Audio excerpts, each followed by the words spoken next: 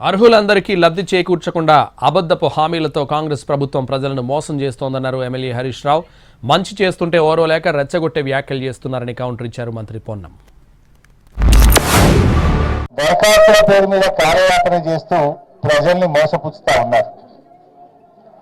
అబద్ధాల పునాదుల మీద అధికారంలోకి వచ్చిన కాంగ్రెస్ పార్టీ ఇవాళ ప్రభుత్వంలో పాలనగా కూడా అబద్ధాల పరంపరనే కొనసాగిస్తా ఉన్నారు.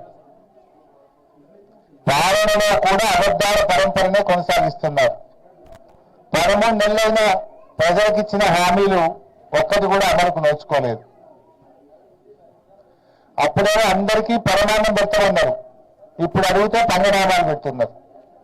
ఎలక్షన్ల ముందు అందరికీ పరమాన్నం అన్నారు, ఇప్పుడేమో పంగనామాలు పెడుతున్నారు అడిగితే.